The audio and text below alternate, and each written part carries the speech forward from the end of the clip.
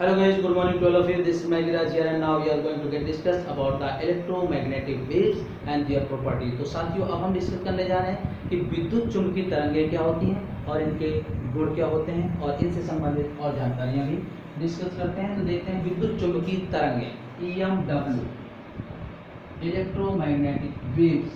So electromagnetic waves are those waves which propagate in the free space without needed of any medium called EM waves.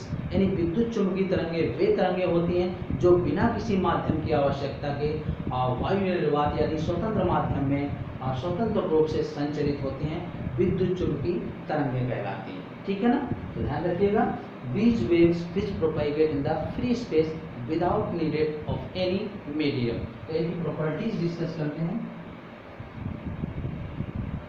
तो विद्युत चुंबकीय तरंगें क्या होती हैं?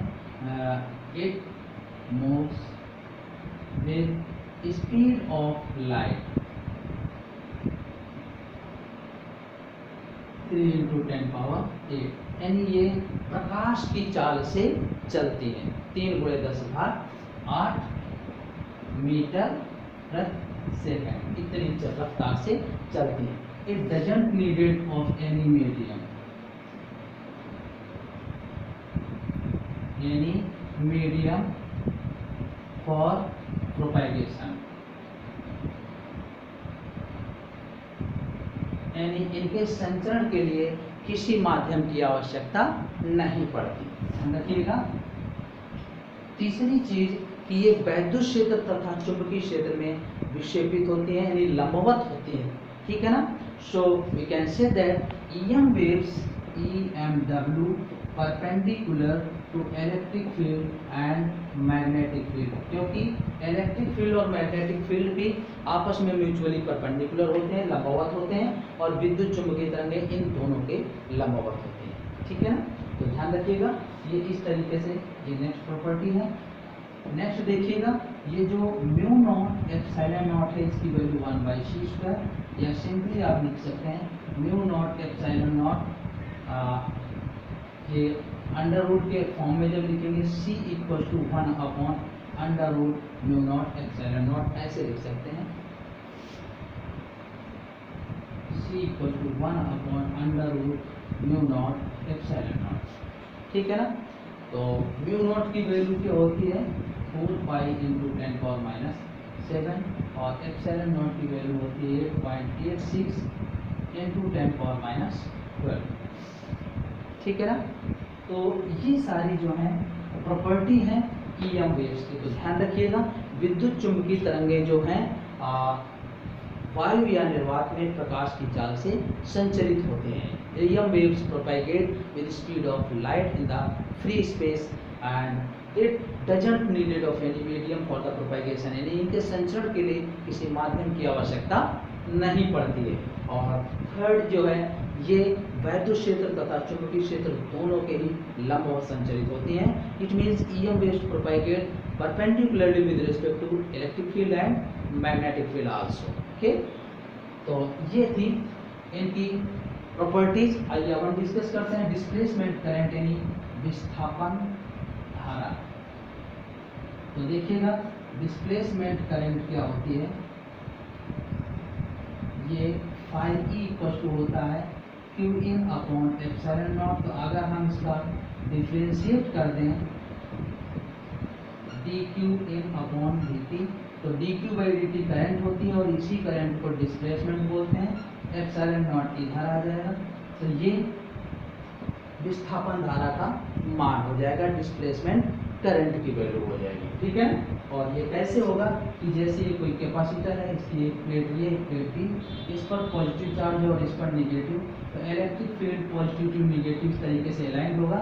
तो यहाँ से चार्ज का चेंज हो रहा होगा। जब यहाँ से यहाँ तक इलेक्ट्रिक फील्ड अलाइन है, तो यहाँ पॉजिटिव और ये निगेटिव चार्ज में इसमें वेरिएशन हो रहा होगा। वही rate of change of enclosed charge by this plate is known as displacement current, यानी आवेश जो परिवर्तन है उसकी दर को विस्थापन धारा कहते हैं। ठीक है। अब इसी में से मैक्सवेल ने एम्पियर का परिमार्जित नियम दिया। So Maxwell Ampere circuital law ये आ जाएगा। तो इन्होंने बताया कि B dot D L equal to mu naught I जो थी वो कंडक्शन होगी और डिस्प्लेसमेंट दोनों का सम होगा, योग होगा। It means mu naught IC plus ID या mu naught IC plus epsilon naught D phi E upon dt ऐसा लिख सकते हैं। सो ये है एम्पियर का नियम का परिमार्जित नियम और इसे मैक्सवेल ने दिया। तो इसी क्रम में मैक्सवेल ने 4 नियम बताए। सो मैक्सवेल लॉ बोलते हैं इनको, मैक्सवेल्स लॉ, मैक्सवेल के नियम। और ये क्या थे? E dot D S equal to Q in upon epsilon naught. इसी तरीके से magnetic flux B dot D S equal to 0 होता है। तीसरा जो है E डॉट डी एल ये है D phi B by D T. और फोर्थ जो है ये B dot D L equal to mu naught I C plus epsilon naught D phi E upon D. ये मैक्सवेल के रूल थे, ठीक है ना। चलिए इसी के साथ हम लास्ट ये डिस्कस कर लेते हैं कि जो इक्वेशन है EM वेव्स की वो क्या है, EM W इक्वेशन। तो देखिएगा ये इस तरीके से है। हमने क्या ये इस डायरेक्शन में हमने इलेक्ट्रिक फील्ड को मान लिया, ये E नॉट है। इसी तरीके से इस डायरेक्शन में हम मैग्नेटिक फील्ड को मान रहे हैं, ये B नॉट होगा, ये B आया। तो इन दोनों के ही परपेंडिकुलर डायरेक्शन में EM W होगी प्रोपगेशन, ठीक है। विद्युत चुंबकीय तरंगों के संचरण की दिशा, संचरण की दिशा ये आएगी, ठीक है ना। और वैल्यू क्या होती है तो देखिएगा, ये अगर x है, ये y है और ये z है, तो